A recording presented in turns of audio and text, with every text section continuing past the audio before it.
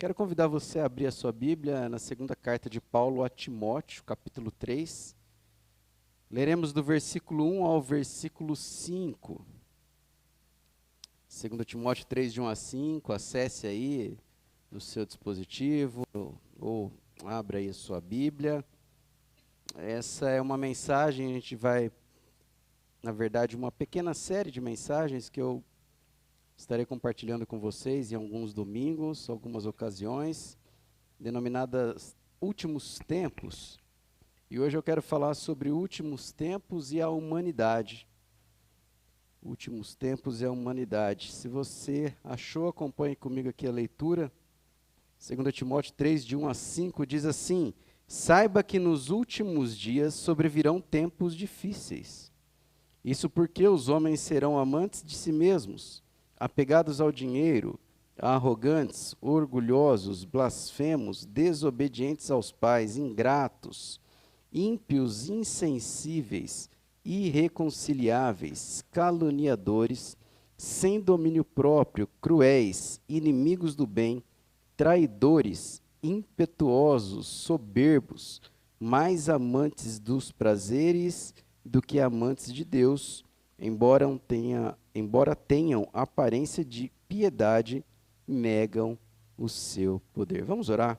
Pai querido, estamos diante da Tua palavra, estamos diante do Senhor e pedimos que o Teu Espírito Santo, que inspirou aqui o nosso querido apóstolo, irmão Paulo, também ilumine agora as nossas mentes e dá ao nosso coração a disposição, ó Pai, em ouvir, discernir e aplicar em nossas vidas aquilo que o Senhor tem a nos falar nesta noite. Fala ao coração de cada um, visita, Pai, com o Teu Espírito Santo, tira toda barreira, todo impedimento e preocupação que possa nos afastar de Ti neste momento. Esta é a nossa oração em nome de Jesus. Amém. Amém. Últimos tempos. Vivemos tempos que são contraditórios, porque a humanidade ela tem evoluído num sentido tecnológico.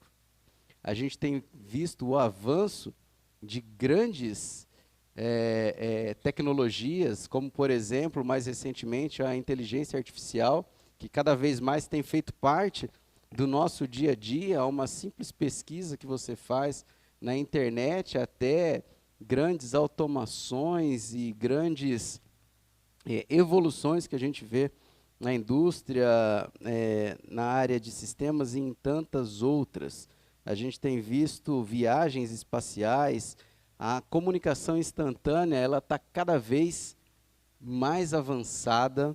Aquilo que antigamente, era piada, você faz, hoje é muito natural você fazer chamada de vídeo ali online, ao vivo, e transmissões ao vivo, como essa que você pode participar, mas ao mesmo tempo em que avançamos para um cenário de crescimento e desenvolvimento tecnológico, a gente parece que tem visto a humanidade se distanciar de Deus. Aquilo que poderia ser usado para aproximação, muitas vezes tem sido causa ou tem contribuído para o distanciamento. Quando a gente olha para as notícias, a gente vê um crescente número de guerras acontecendo.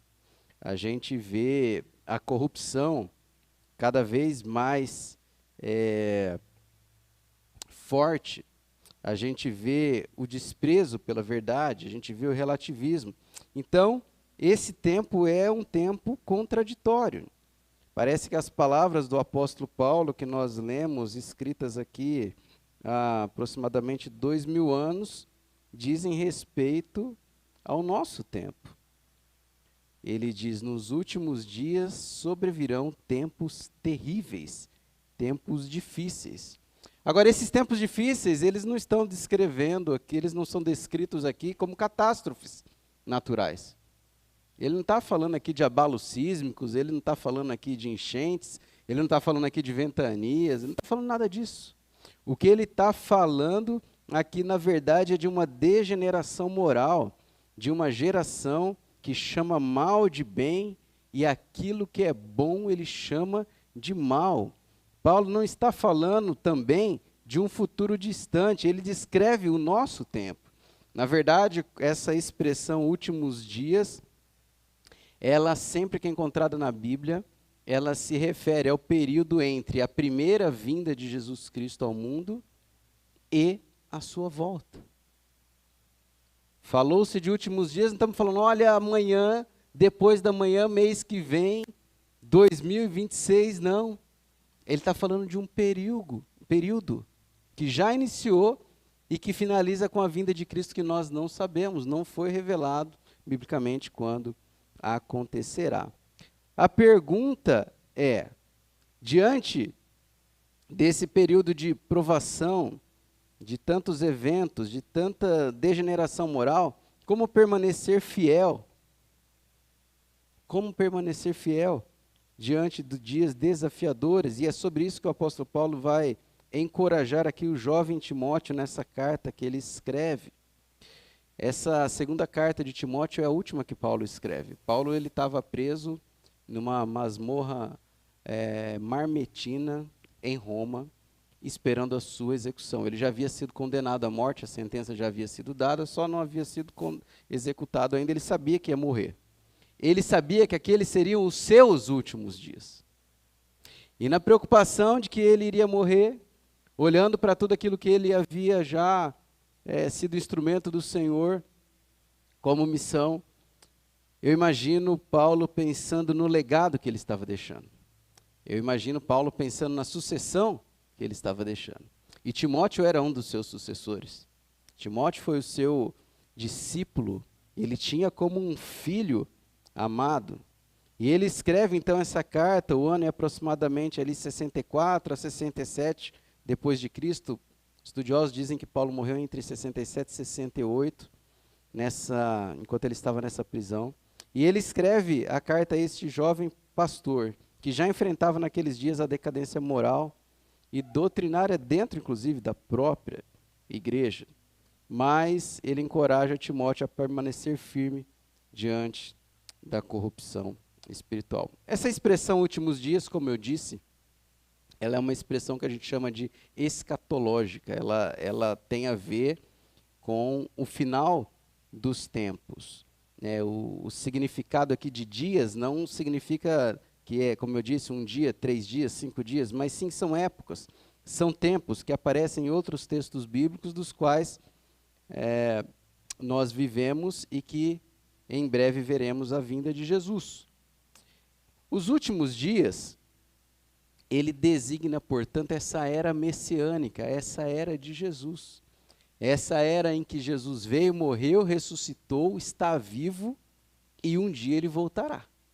Segundo o testemunho daquilo que foi dito pelos anjos aos quase 500 que viram ele ascendendo aos céus, varões e irmãos, por que estáis olhando para o céu? Esse Jesus que viste subir entre as nuvens, da mesma forma que os viste subir, voltará.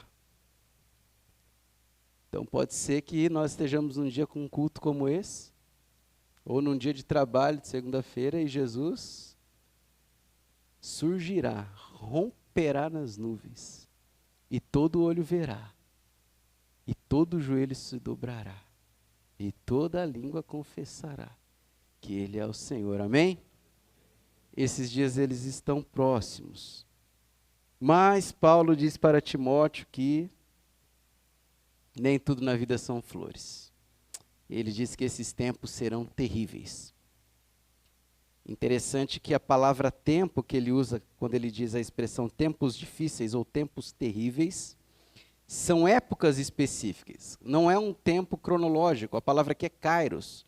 É uma época. É um tempo de uma crise. É uma época em que crises acontecerão. E o significado de difíceis ou terríveis é difíceis de suportar. São dias perigosos, violentos, selvagens. Dias terrivelmente ferozes. Esse é o tempo que Paulo fala que Timóteo encontraria e que nós encontramos. Um tempo onde a hostilidade moral, espiritual e social marca aqueles que têm buscado ser fiéis e perseverantes em sua fé. E Paulo, então, dada essa introdução, que servirá até de ênfase para as nossas outras mensagens, também começa a listar aqui uma série de pecados ou de características que as pessoas teriam nesse tempo. Mas qual é a causa desses tempos difíceis nessa lista que Paulo cita? E o primeiro motivo que eu coloquei aqui é que o pecado é como causa do afastamento de Deus. Isaías 59:2, na versão Almeida, revista e atualizada, diz assim: as vossas iniquidades fazem separação entre vós e o vosso Deus. Os vossos pecados encobrem o seu rosto de vós, para que não vos ouça. Deus, ele é um ser santo. O que quer dizer isso? Quer dizer que ele é separado, ele é incapaz de pecar. Deus, ele é incapaz de ser afetado pelo mal. O mal não atinge Deus, o pecado não atinge Deus. Mas nós, seres humanos, a partir do Éden, quando Adão e Eva pecaram, passamos a ser também o quê? Pecadores. E naquele momento houve um rompimento. Houve uma separação entre aqueles que não tinham pecado e passaram a pecar e o Deus Todo-Poderoso. Essa separação que acontece, que Isaías fala aqui, é mais do que uma separação física. Não é uma separação simplesmente espacial, Deus os abandonou, tirou do Éden, não. Essa separação, ela é uma separação relacional. Veja que quando Adão e Eva, quando Deus ele surge lá no Éden, diante de Adão e Eva, e eles haviam pecado, eles se esconderam. Sentiram vergonha porque estavam nus, porque haviam pecado. Seus olhos haviam sido descobertos para o mal. E aí, então, a relação que eles tinham livremente com Deus, ela é o quê?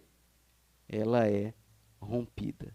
Rompida pelo pecado. O pecado rompe a comunhão com Deus. Pecado é separação. Separação é consequência direta da rebelião moral e espiritual. O pecado, ele interrompe o diálogo e a presença manifesta de Deus na vida do ser humano. Portanto, o pecado, ele é a causa imediata do afastamento. Ele levanta um muro entre o ser humano e Deus. Um muro que só é derrubado a partir de quem? De Jesus Cristo. Mas há uma segunda causa que se leva aos tempos difíceis, e aí sim eu quero entrar propriamente aqui no texto de 2 Timóteo, que estão aqui nos versículos de 2 até o 5. Paulo ele vai listar 19 características que vão evidenciar o colapso do caráter humano. Não se trata apenas aqui de uma lista moralista, mas de um diagnóstico espiritual. Quando eu fiquei enfermo nas últimas semanas, eu fui 3 vezes ao pronto-socorro. As 2 primeiras vezes, os médicos perguntaram o que eu estava sentindo, o que estava acontecendo, e me deram uma medicação. Primeira vez, fui para casa, tomei medicação, não resolveu, continuou piorando. Vim a segunda vez, o que está acontecendo? Contei a história. Falou assim, você vai tomar essa medicação, volta para casa, continuei piorando. Vou a terceira vez. Contei a história da primeira, da segunda, para a doutora, que me atendeu na terceira vez. Ela vira para mim e fala assim, qual exame você fez? Eu falei, nenhum. Ela falou assim, isso daí não é alergia. Tá estranho? E aí ela fez o quê? Pediu um hemograma. Hemograma, coisa simples, Juliana. Um hemograma. 3 horas depois sai o resultado do hemograma. Ela olha, eu não entendo nada, ela vira a tela do computador para mim e mostra, olha, os seus leucócitos estão altos. Isso significa que você tem uma infecção, e uma infecção bacteriana. Você precisa tomar antibióticos urgente. Se você não começar a tomar antibióticos, isso pode evoluir para uma infecção generalizada. Ela me deu o quê? Um diagnóstico. Por meio de o quê? De um hemograma. Tentar identificar o pecado só com uma anamnese não nos dará um diagnóstico espiritual da situação em que nós, ou que o mundo que nós vivemos se encontra. É preciso fazer o quê, pastor Renato? Um exame. E qual é o exame que nós precisamos fazer?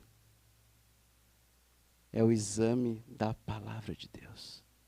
Porque é a palavra de Deus que lança luz nas trevas. É a palavra de Deus que dá o diagnóstico. A palavra de Deus não é um chutômetro, não é um achômetro. A palavra de Deus não é um vídeo de YouTube. A palavra de Deus não é a fala eloquente de um idiota qualquer que acha que sabe alguma coisa de teologia. A palavra de Deus é a palavra revelada do próprio Deus, o Criador do universo. Daquele que é santo, que não se mistura com o pecado. E daquele que identifica o problema, a doença, no caso aqui, espiritual. E o primeiro aspecto da corrupção da humanidade, que ele vai colocar aqui, eu agrupei aqui alguns grupos dessas características que Paulo traz. Eu estou dizendo que o coração humano ele é o centro do pecado. E eu vou, embora hajam 19 características, eu vou citar todas, mas vou destacar apenas algumas, tá? Então a primeira que a gente vai destacar, ela aparece aqui. Os homens serão egoístas, o ser humano será egoísta. A palavra, algumas versões vão dizer amantes de si mesmo. Isso por quê? A palavra grega, que significa aqui, é philoautoi. Philo é amigo, ou amor de amigo. Autoi, ou auto, é quando se fala de si mesmo, né? Fala assim, eu tenho um automóvel, né? Um carro que anda por si só. Esse é o significado de auto, não é isso? Então, é alguém que ama a si mesmo. É um amante de si mesmo. O sentido central aqui é de um narcisismo espiritual. É alguém que consegue enxergar apenas a si mesmo. Ele não é capaz de olhar para o outro, de amar o outro. Seu amor próprio é algo tão desordenado que ele é, na verdade, a raiz ou a semente da decadência espiritual daquilo que se vê na lista a seguir. O coração do humano é o centro do pecado. A sociedade vai dizer que o meio corrompe o homem. O ser humano é corrompido pelo meio, pela sociedade que ele está. Não. O ser humano, ele é corrompido por aquilo que está dentro dele, que é o coração. Um coração enganoso, pecaminoso. O que corrompe a sociedade é o pecado do ser humano. O que torna os nossos dias difíceis é o pecado no coração do ser humano. Mas ele continua, ele diz também que eles seriam avarentos. E interessante que a raiz da palavra usada aqui também é filo, mas filoargiroi, ou seja, ele é amante do dinheiro. O coração que ama o dinheiro, ele se afasta da suficiência de Deus. O avarento, ele ama o dinheiro. O dinheiro não é problema. Alguns vão dizer, o dinheiro é solução, né? O problema, Tiago vai dizer, é o quê? O amor ao dinheiro. O amor ao dinheiro é a raiz de todos os males. Então veja que, de novo, a raiz do problema mora no coração humano. O centro do pecado está no coração humano. É aquilo que deveria, ou melhor, aquilo que deveria ser amor a Deus sobre todas as coisas, ou amor de Deus em seu coração, se torna amor por outra coisa. Começando por si mesmo, passando pelo dinheiro e tantas outras coisas que substituem Deus e se tornam uma idolatria material. A pergunta que nós precisamos refletir é o quanto nós temos permitido que o amor de Deus ele seja pleno em nosso coração. O quanto nós temos permitido que o amor de Deus ele elimine o amor às outras coisas, ao amor egoísta. Veja, não há problema nenhum em amar a si mesmo. Pelo contrário, às vezes a gente vive dias onde as pessoas não amam a si mesmo.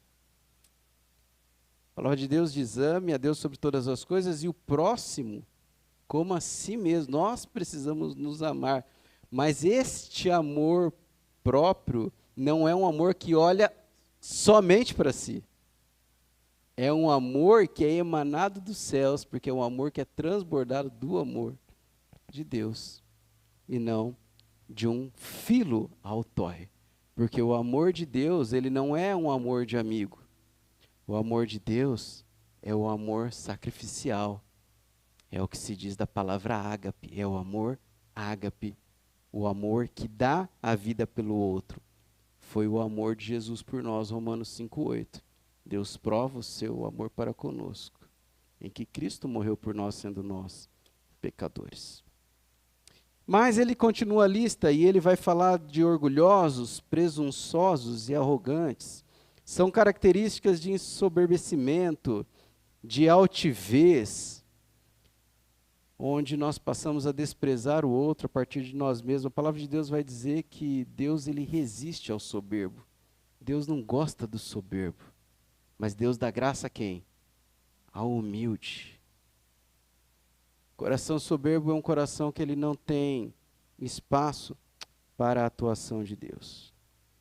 Mas existe outro aspecto da corrupção da humanidade, onde os relacionamentos são deformados pelo pecado.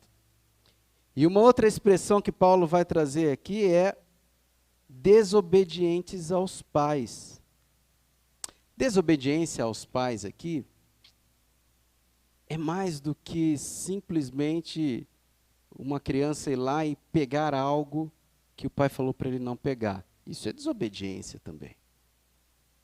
Mas o sentido aqui é mais amplo. O sentido de desobediência aqui, ele tem a ver com rebeldia à autoridade. Tem a ver com a quebra de submissão familiar. Quando existe insubmissão para com uma autoridade, no caso aqui pai e mãe, isso significa que existe insubmissão ao próprio Deus.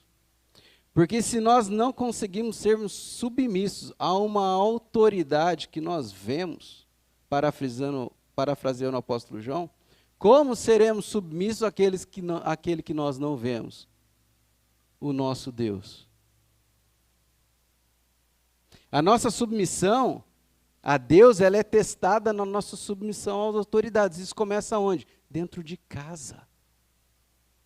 Quando filho e filha devem ser submissos aos seus pais, aos seus responsáveis.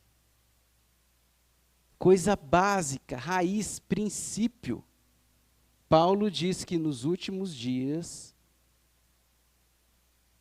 cresceria a desobediência aos pais. Você quer ver um exemplo muito claro disso? De rebeldia à autoridade? Quantas e quantas vezes você não viu notícias de campanhas ou manifestações sendo feitas dentro das universidades para evitar ou querer proibir a entrada e o trânsito da polícia?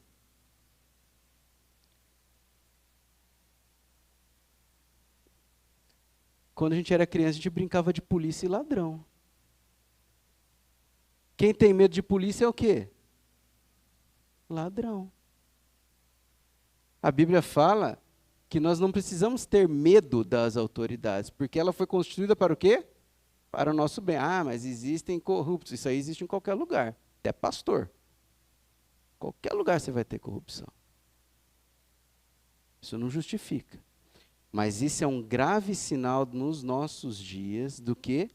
Rebeldia, autoridade. Isso é reflexo de famílias que cresceram completamente desestruturadas e distorcidas em relação àquilo que é a palavra de Deus. Desobediência, rebelião. E Paulo segue a lista, ele vai falar de ingratidão, ele vai falar do ímpio, Essa palavra ímpio é uma palavra que está muito aqui no nosso vocabulário. Às vezes a gente não dá atenção ao significado dessa palavra. A palavra pio tem a ver com ser temente a Deus. O ímpio é aquele que não teme a Deus. É interessante que no inglês, professora, teacher, no inglês a palavra ímpio é godless. Esse sufixo less significa o quê? Sem. Então o godless é o quê? O sem Deus. É o sem Deus. O ímpio é o que não tem Deus. É o que não teme a Deus. É uma vida sem temor a Deus. E que, consequentemente, gera uma impiedade ao próximo, que foi feito o quê? A imagem e semelhança de Deus. Mas eu queria destacar aqui a próxima característica que Paulo vai dizer, sem amor pela família, ou sem afeição natural, sem o afeto familiar. Existe frieza e individualismo que muitas vezes torna o lar um lugar estéril, sem amor pela família. Nos últimos tempos, haveriam dias terríveis, porque as pessoas não teriam amor pela família. Gostaria de investir um tempo nisso. A família, ela foi instituída por Deus. Família é obra divina. Família é instituição bíblica. Gênesis 2:4 vai dizer que a família ela é instituída a partir do casamento. Diz lá Gênesis 2:24, aliás. Por esta razão, o homem deixará o seu pai e a sua mãe e se unirá à sua mulher. O casamento é, portanto, a união de um homem e de uma mulher. E o versículo diz, e eles se tornarão uma só carne. Isso é a base que vai gerar uma família, um casamento. Efésios 6, de 1 a 4, Paulo escrevendo àquela igreja, falando das relações familiares, ele diz, vós filhos, sede obedientes a vossos pais no Senhor Jesus, porque isso é justo. E aí ele vai citar o mandamento antigo, honrai a vosso pai e a vossa mãe, que é o primeiro mandamento com promessa para que vos vá bem e sejais longos sobre a terra. E ele diz aos pais, e vós pais, não provoqueis a ira os vossos filhos, mas criai-os na doutrina e na admoestação do Senhor. Isso é família. Isso é instituição bíblica e divina. Agora, o que o inimigo quer fazer?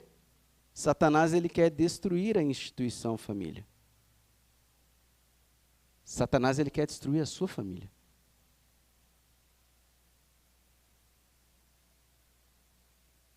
Mas isso começa como? Isso começa de uma forma muito sutil. Começa semeando-se na mente. Primeiro, a banalização do casamento.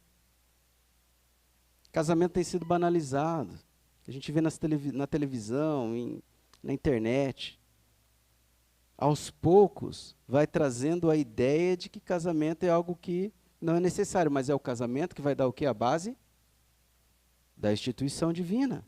Aliás, ele é uma instituição divina. O que mais? Satanás, ele vai semeando o desvio do propósito da sexualidade conforme o desígnio bíblico de Deus. Ele deforma aquilo que Deus criou. E ele faz mais ou menos na conversa que Satanás ele tem ali, a serpente tem com Eva. Mas não foi bem isso que Deus falou. Na verdade, o que importa é o amor. Mas há uma deformação naquilo que Deus instituiu, e nós lemos aqui em Gênesis 2:24. Há ainda a promoção do adultério, apologia às drogas. Quantas famílias têm sido destruídas porque seus jovens têm ingressado em drogas? Isso não tem a ver com classe social. Aliás, talvez eu pudesse até dizer que tem a ver, sim. Os mais abastados. E aí a gente escuta essa semana pelo presidente da República que o traficante é vítima do usuário de droga. O traficante é vítima. O bandido é o mocinho. É completa banalização das famílias que sofrem com gente, com jovens que sofrem por conta do vício da droga. E a gente está vendo tudo isso. E a gente não fala nada. E a gente não se posiciona. E a gente não prega aquilo que Paulo está falando que a gente deveria pregar.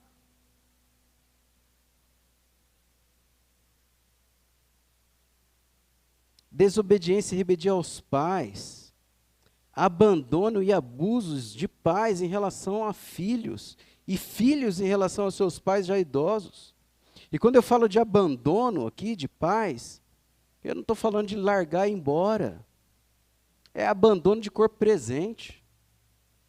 É abandono de afeto. É abandono de diálogo. É abandono de carinho, de zelo. Em junho de 2023, essa mesma pessoa que eu citei aí, a autoridade brasileira, disse em um encontro ideológico em São Paulo, isso aí está na internet, vídeo que você quiser, abre aspas. Aqui no Brasil, nós enfrentamos o discurso do costume, o discurso da família, reticências. Ou seja, nós enfrentamos aqui o discurso de tudo aquilo que a gente aprendeu historicamente a combater, dizia ele para os seus asseclas. O discurso da família como sendo algo que ele historicamente aprendeu a combater. Então veja, não é de uma vez, é aos poucos, vem sendo cumprida uma agenda que semeia o quê? A destruição da família. O discurso contra a família.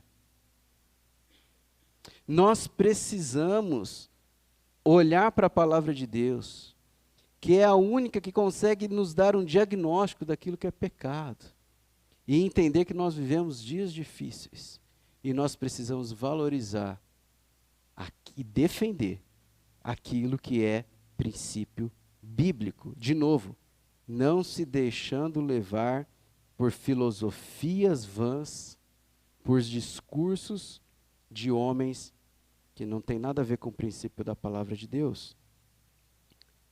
Paulo segue. E outro aspecto da corrupção da humanidade, que ele vai dizer, envolve aqui a moral e a ética deformadas pelo pecado. Ele vai falar de caluniadores. Caluniadores são acusadores. A palavra grega aqui é uma palavra muito característica e conhecida. É diaboloi. Diaboloi parece com o quê? O diabo, né? É isso mesmo. A palavra diabo significa no grego acusadores. Ou seja, os caluniadores tornam-se instrumentos do inimigo para destruir reputações. Começa a falar de você coisa que você não é. Juridicamente, no direito, a calúnia é o crime, né, um dos crimes contra a honra, é o crime de atribuir falsamente a alguém a prática de um fato definido como crime. Eu vou chamar você de um criminoso. Isso é calúnia. Haveriam caluniadores. Pessoas sem domínio próprio, sem autocontrole, dominados pelo desejo, perdendo a direção do espírito, cruéis, inimigos do bem, inversão de valores, eles têm prazer pelo mal, traidores, atrevidos, inconsequentes. Outro aspecto da corrupção humana é justamente a inversão de valores. E aí eu vou destacar aqui as duas últimas expressões, que são mais amigos dos prazeres do que de Deus. Amigos do prazer. O termo é o mesmo aqui, é filoedonoi. Amigos do Edom. Edom é o quê? É o prazer. É o hedonismo. O hedonismo acima da devoção. O prazer substitui a adoração. culminando na idolatria do eu. Hoje o que importa é você se sentir bem. O que importa é você ser feliz. Mas não é isso que a Bíblia diz. Mas se eu não me sinto bem? E aí essa conversinha vai vindo. É extremamente desagradável você ir a uma igreja e um pastor começar a listar aqui uma lista de pecados. É extremamente desagradável falar sobre calúnia, ser mais amigos dos prazeres do que amigos de Deus. Isso aí não dá curtida no Instagram.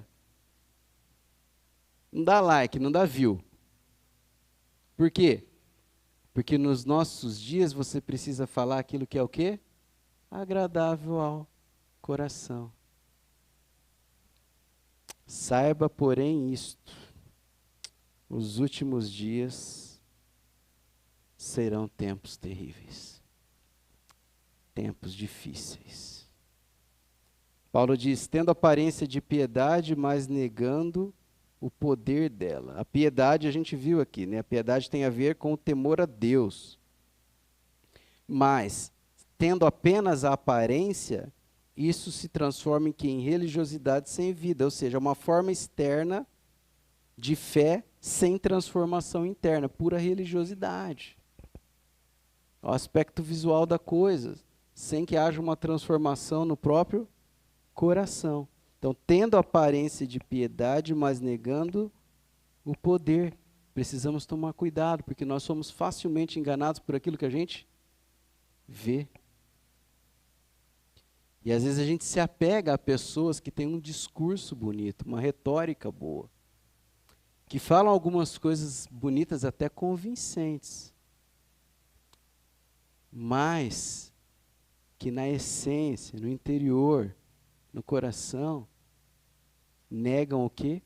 O poder manifesto do Espírito Santo, o poder advindo da palavra. De novo, o diagnóstico não é a conversinha, o diagnóstico é um exame. Começando por um autoexame. Submeter o meu coração diante do quê? Da palavra de Deus. Porque mesmo em tempos difíceis, Deus ele continua sustentando um povo remanescente fiel. Homens e mulheres que amam mais a Deus do que a si mesmos. Mas para isso, nós precisamos observar o que é a palavra de Deus. Se você vai ao versículo 14 ao 17 aqui do capítulo 3, depois dele dar toda essa lista, e ele dizer todas essas características desses tipos de pessoas que existem naqueles dias, até os nossos dias, ele vai dizer o seguinte para Timóteo: quanto a você, porém. Algumas traduções mais antigas vão dizer, tu, porém. Você, entretanto. Mas, porém, contudo, entretanto, todavia. Não é isso lá que a gente aprende em português? Está dando aqui uma adversidade. Ao contrário disso, ele diz, permaneça nas coisas que aprendeu. E das quais tem convicção, que são capazes de torná-lo sábio para a salvação por meio da fé em Cristo Jesus. Toda a Escritura é inspirada por Deus e útil para o ensino, repreensão, correção e instrução na justiça, a fim de que o homem de Deus seja apto e plenamente preparado para toda boa obra. Você, porém, permaneça. Permaneça nas coisas que aprendeu. As coisas que aprendeu aonde? Na Escritura, que é inspirada por Deus. É a palavra de Deus que vai nos dar sabedoria para vivermos diante dos dias difíceis. Nós não temos dúvidas que vivemos os dias que Paulo cita aqui. Nós não temos dúvidas que nossas famílias e que a sociedade têm sido atacadas, em certos pontos até dominadas por filosofias diabólicas. O maior perigo, entretanto, dos últimos tempos, gente, não é o mundo lá fora, mas é o quê? É um coração endurecido por dentro. O maior perigo dos últimos dias, sabe o que é? A normalização do pecado, a relativização do pecado. É o esfriamento quanto aos pensamentos, sentimentos e atitudes concernentes a Deus e a sua palavra. É o abandono da oração. O perigo dos últimos tempos é o abandono da leitura da palavra. É o afastamento do desejo de congregar e de ter comunhão com os irmãos. O maior perigo dos últimos tempos é se afastar da presença e da santificação do Espírito Santo. A mensagem de Paulo aqui, ela não é apenas uma denúncia, mas ela é também um chamado à restauração da comunhão com Deus. A humanidade precisa se reconciliar com a divindade. É por meio de Cristo que nós precisamos romper com essa separação que o pecado trouxe e traz. Agora, como permanecer fiel diante dos tempos tão difíceis e desafiadores que vivemos? A própria palavra de Deus nos dá aqui a fórmula, o segredo. Quanto a você, porém, permaneça. Permaneça. Permaneça firme na palavra. Não seja normalizado pela onda da imoralidade. Você não é todo mundo. Já dizia sua mãe. Aí todo mundo fala, você não é todo mundo. Não é isso? Então, não vamos ser normalizados pela onda da imoralidade. Você não é todo mundo, você é filho. Você é filha de Jesus. Você é um homem, uma mulher de Deus. Tua família é uma família de Deus. Teu namoro é um namoro de Deus. Com você é diferente. O seu jeito de falar é diferente. Seu jeito de se expressar é diferente. Uns vão gritar, uns vão brigar, dar barraco, você não vai. Porque não foi assim que Jesus te ensinou. Jesus te ensinou a mansidão. Jesus te ensinou o caminho da segunda milha. Jesus te ensinou a dar a outra face. Jesus te ensinou a dar se o outro pegar. A lógica do reino é uma lógica ao contrário. É uma lógica invertida. A lógica do reino é de ponta cabeça. Quanto a você, porém, permaneça. Não seja enganado ou guiado, aliás, pelo engano das filosofias. Não seja seduzido pelo pecado. Pelo contrário, permaneça. Seja um guerreiro do exército de Deus. Seja um militante da militância de Jesus. Mais que um tempo de crise, irmãos, nós vivemos um tempo de decisão. Não é tempo de se omitir. Porque muitas vezes você fala, eu não vou decidir, eu vou ficar na minha. Eu quero te dizer o seguinte, se omitir, não tomar uma decisão, é uma decisão. É eu ficar do jeito que está. É eu deixar a banda tocar, alguém vai fazer alguma coisa. Eu quero, nesse momento, diante disso, convidar você à reflexão, a uma decisão. Quero que você abaixe sua cabeça e quero que, à luz da palavra de Deus, você examine o seu coração. Porque é do coração que procedem as fontes da vida. E eu quero que você avalie, será que existe talvez uma parcela de amor próprio, esse amor egoísta, esse amor que é, esse coração que é um amante de si mesmo, que precisa ser substituído pelo amor de Deus, que é o amor sacrificial. Talvez nosso coração deva se mover mais por aquilo que é o amor que Jesus nos ensinou em sua vida, do que pelo amor que eu tenho aprendido ao longo dos meus dias. Talvez o que eu precise fazer nessa noite é reavaliar a minha fé.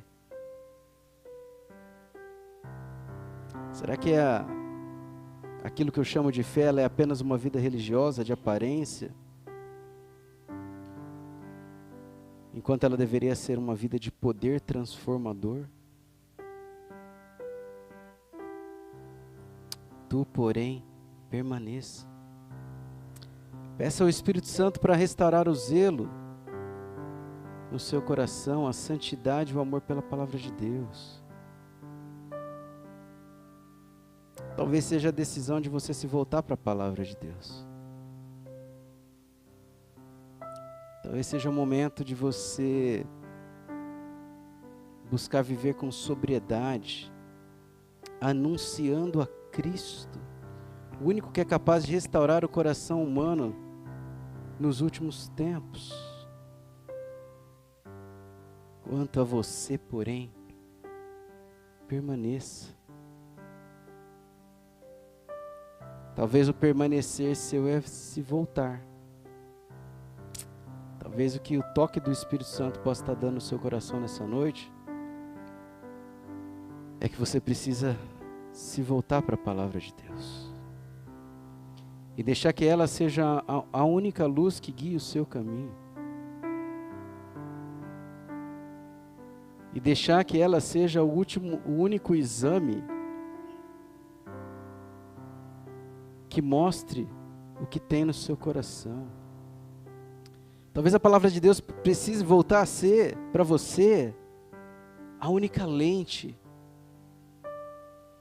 que te dá a visão correta das coisas, não segundo a luz do seu entendimento, não segundo a luz das filosofias deste mundo, das ideologias da nossa época, não, mas a luz daquele que é o Criador, daquele que tudo vê, daquele que sonda pensamentos e corações que são discernidos pela palavra de Deus, que é como uma espada de dois gumes,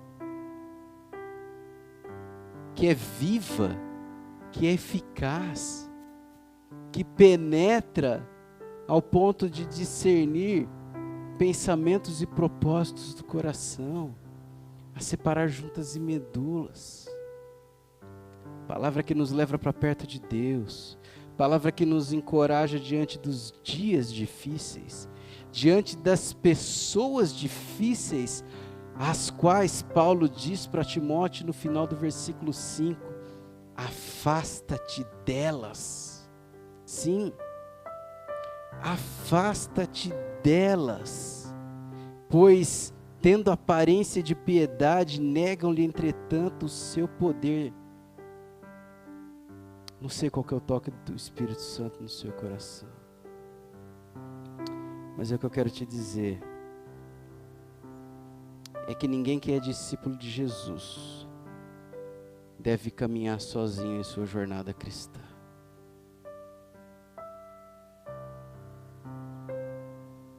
Talvez você precise compartilhar as suas preocupações, as suas lutas com alguém.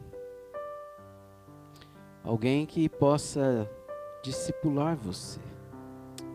Talvez você precise ajustar a sua agenda e você buscar ao longo da semana um PGM para que você possa conviver, para que você possa desfrutar de comunhão, para que você possa ter a experiência de caminhar com Jesus, mas também caminhar com pessoas. Talvez pessoas que você vai poder estender a mão,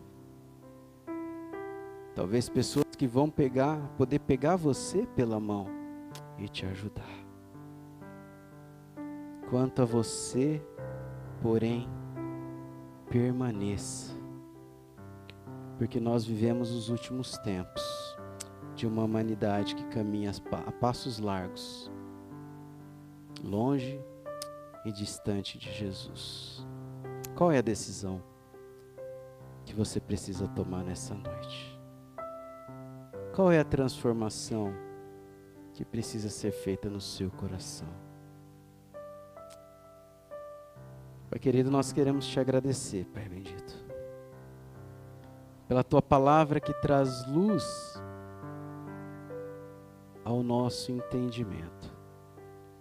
Pai bendito, mais do que acusar, denunciar o certo e o errado, mais do que palavras que possam soar para alguém de uma forma moralista, o que nós queremos e precisamos do Senhor e do Teu Espírito Santo, Pai, é o discernimento. O discernimento para, segundo a Tua palavra, sim, Pai, tomarmos decisões que sejam corretas e nos afastem do caminho errado.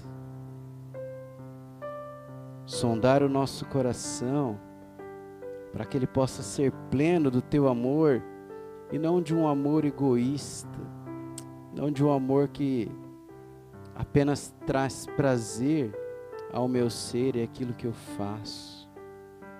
Olhar à luz da Tua palavra, Pai querido, e poder discernir os nossos dias.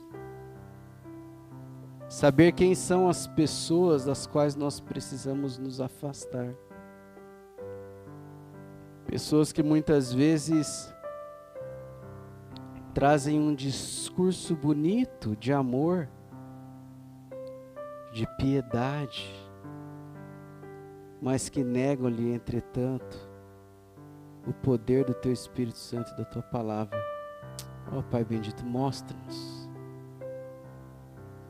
quem são as pessoas que nós precisamos nos afastar.